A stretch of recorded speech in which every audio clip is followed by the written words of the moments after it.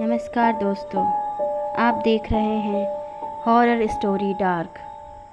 चलिए बढ़ते हैं आज की कहानी की ओर। इंसान जब तक ज़िंदा होता है तब तक उसको बड़े प्यार से रखा जाता है, लेकिन जब वो मर जाता है तो उसका नाम और उसकी पहचान खो जाती है और वो सिर्फ मुर्दा कहलाता है। मुर्दा घर की एक ऐसी कहानी जहाँ ज़िंदगी आते आते ख़त्म हो जाती है और वहाँ मुर्दों का राज चलता है। जब खुद पे लाचारी और बेबसी हो और ज़िम्मेदारी सर पर हो तो इंसान अपने लोगों के लिए क्या नहीं करता। ऐसा एक लड़का था, शेखर। ज़्यादा पढ़ा लिखा ना होने की वजह से उसको कहीं नौकरी नहीं मिली। दर दर की ठोकरें खाकर वो अब थक चुका था। उसको ज़िल्लत सहने की अब आदत हो चुकी थी, लेकिन मजबूरी ने उसके हाथ बांध दिए थे। एक दिन वो काम की तलाश में निकल पड़ा।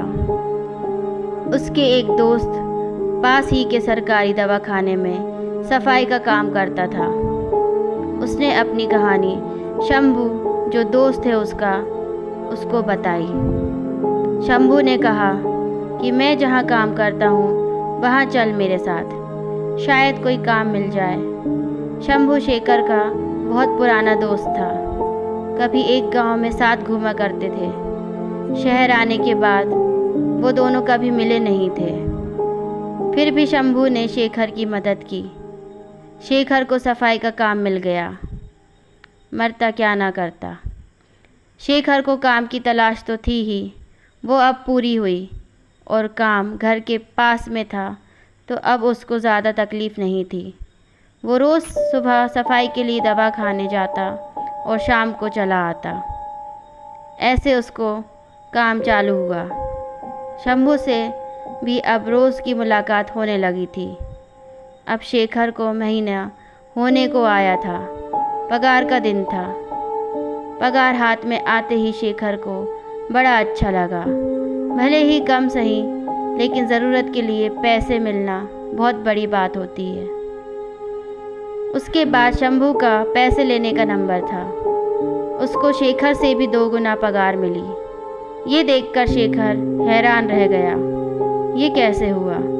दोनों साथ में काम करते हैं, दोनों कॉन्ट्रैक्ट वर्कर थे, फिर भी उसकी पगार इतनी ज़्यादा कैसे? घर वापस जाते वक्त शेखर सोच रहा था, लेकिन उसने पूछा नहीं। शाम को शंभू के यहाँ खाना था, सभी दोस्तों का। सोचा कि वहीं जाकर पूछता हूँ। शाम होते हुए शंभू ने खाने का सामान, मुर्गी और दारू साथ में रख लिया। उसके घर वाले कहीं बाहर गए थे तो उसने अपने बाकी दोस्तों को भी बुलाया। शेखर को नहीं पता था कि शंभू अब दारू पीने लगा है। खाना हुआ। अब शंभू के सभी दोस्त पीने बैठ गए, शेखर को छोड़कर। शेखर ने शंभू को पूछा, अरे शंभू, तू तो दारू कभी पीता नहीं था यार, अब तो बहुत पीने लग गया, कैसे? शंभू ने हंसते हुए कहा, अरे शेखर, तू भोला का भोला रह गया रे। पैसा है इसलिए ये सब शौक कर लेता हूँ, कभी कभी अपने लिए जी लेता हूँ यार। ले तू भी ले, शर्मा मत। नहीं शंभू, मैं शराब नहीं पीता, मुझे माफ़ कर दे, शेखर ने उसको रोकते हुए कहा। अच्छा मुझे ये बता, तू और मैं एक ही जगह काम करते हैं, फिर तुझे मुझसे ज़्यादा पगार कैसे? तू कोई एक्स्ट्रा काम करता है क्या? सच बता। शंभू ने शेखर को एक कोने में ले जाकर बताया, शहर में पैसे कमाने के हज़ारों तरीके हैं मेरे भाई, बस तू तैयार हो तो सैकड़ों रास्ते खुल जाते हैं। मैं समझा नहीं, शेखर ने फिर से उसको पूछा। मैं रात को उसी दवा खाने के मुर्दा घर में नाइट शिफ्ट करता हूँ, शंभू ने कहा। मुर्दा घर का नाम सुन के शेखर डर गया। उसको सहमा देख के शंभू बोला, यही वजह से मैं पैसे कमाई कर रहा हूँ। सभी लोग डरते हैं वहाँ जाने को, इसलिए कोई नहीं मिलता काम करने को। मैं करता हूँ तो मुझे पैसे भी बढ़िया मिलता है। मैं दारू लेके जाता हूँ और पी के सो जाता हूँ मुर्दों के साथ मुर्दा घर में। ऐसे बोल के हंसने लगा। पार्टी ख़त्म होने के बाद सभी लोग घर चले गए और शंभू रात की मुर्दा घर वाली ड्यूटी पे चला गया। शेखर अपने घर जाकर रात भर मुर्दा घर के बारे में सोचने लगा। अगर वो भी ये काम कर सके तो उसके कितने सारे अधूरे अरमान पूरे हो जाएंगे। पैसा आएगा, सबको, घर वालों को वो खुश कर सकेगा। शेखर रात भर उसी सोच में पड़ा रहा। सुबह अपने काम ख़त्म करके दवाखाने अपनी ड्यूटी पे चला गया। शंभू भी उसको रास्ते में मिल गया। दिन भर काम करके शाम को जाते वक्त शेखर ने मुर्दा घर वाली एक्स्ट्रा ड्यूटी के बारे में पूछा। शंभू, तुझसे तो मेरे हालात छुपे नहीं हैं। पैसे की ज़रूरत मुझे भी है। क्या मैं भी मुर्दा घर? इतना बोलते ही शंभू हंस पड़ा।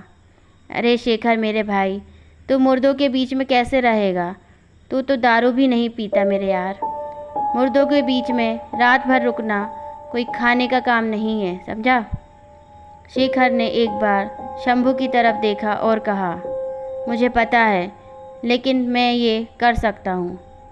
दूसरे ही दिन शंभू ने अपने साहब से बात करवा के शेखर को भी एक्स्ट्रा ड्यूटी दिलवा दी। लेकिन अब शंभू भी साथ में रहने वाला था तो कोई डर की बात नहीं थी। दूसरे ही दिन से शेखर की एक्स्ट्रा ड्यूटी चालू होती है। शंभू रात को मुर्दा घर में पीने के लिए दारू लेकर आया था। मुर्दा घर में आते ही शंभू ने बताया, ये दरवाज़ा ठीक से लगता नहीं है, इसलिए इसको लकड़ी फंसा कर रखना। अगर ये बंद हुआ तो अंदर से नहीं खुलेगा, और जब तक कोई बाहर से नहीं खोलता हमको अंदर ही इन मुर्दों के बीच में रहना पड़ सकता है। शेखर के सामने उसने दारू लगा ली और सो गया। शेखर बेचारा मुर्दों के बीच अकेला पड़ा हुआ था। पहली रात थी, उसको बहुत अजीब लग रहा था। एकदम सन्नाटा। वो बिल्कुल दरवाजे के पास बैठा रहा। मुर्दा घर में लाइट तो थी, लेकिन इतने मुर्दों के बीच थोड़ी सी भी हलचल हो जाए तो आवाज़ हलक से बाहर ना आए और जान चली जाए। पहली रात कट गई और शेखर को थोड़ी हिम्मत आ गई।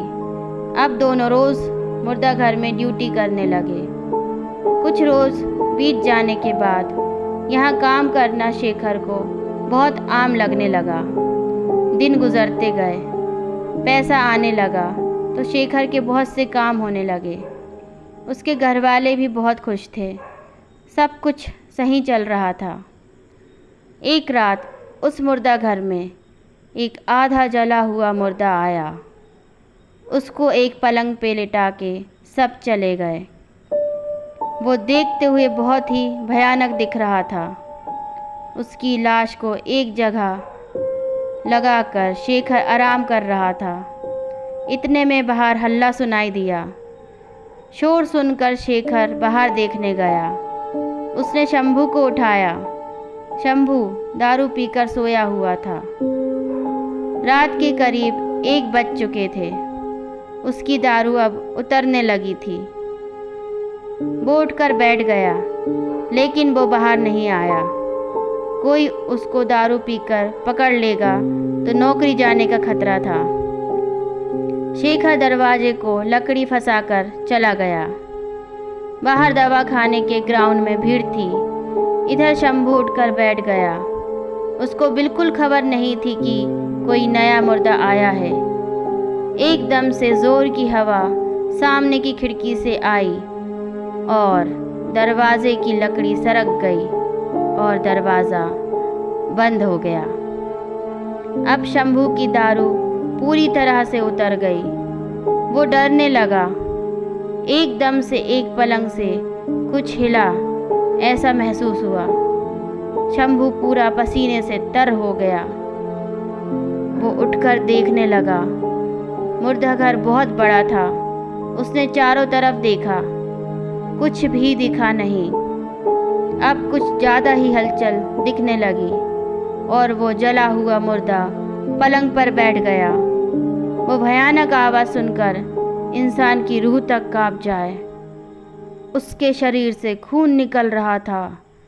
फर्श पर खून गिरने लगा।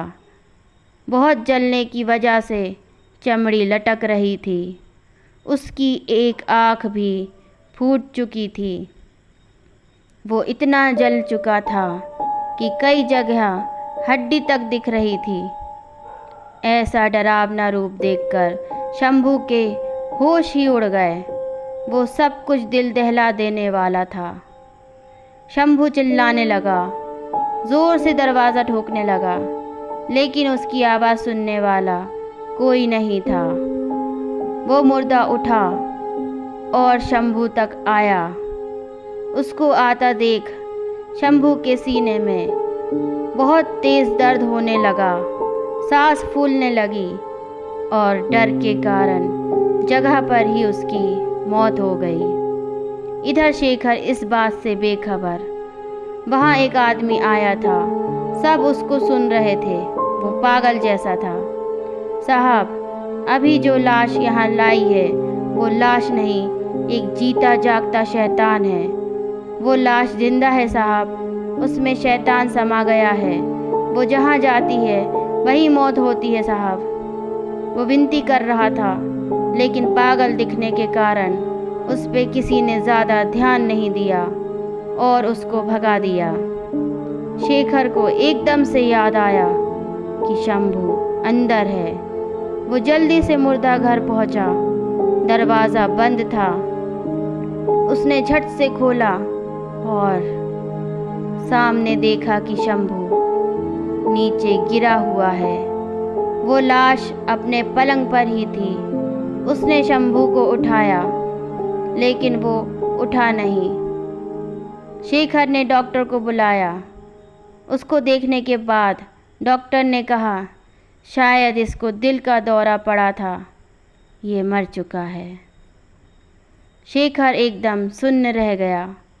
उसका दिल भी ज़ोर से धड़क रहा था। वो जो बाहर पागल आदमी चिल्ला रहा था, शायद उसकी बात सही थी। बाद में उसका पोस्टमार्टम किया गया। 2 वार्ड बॉय शंभू की लाश मुर्दा घर में लेकर आए। शेखर डर से सहम कर दरवाजे के पास ही खड़ा था। जैसे ही शंभू की लाश को एक बेड पे रखा जाने लगा, तभी उसकी गर्दन शेखर की तरफ मुड़ी। शंभू की आंखें खुल चुकी थीं। उसने शेखर को एक नज़र देखा और एक शैतानी मुस्कान उसके चेहरे पे आई और ये कहानी ख़त्म होती है। अगर कहानी अच्छी लगी हो तो लाइक, शेयर एंड सब्सक्राइब करें। धन्यवाद।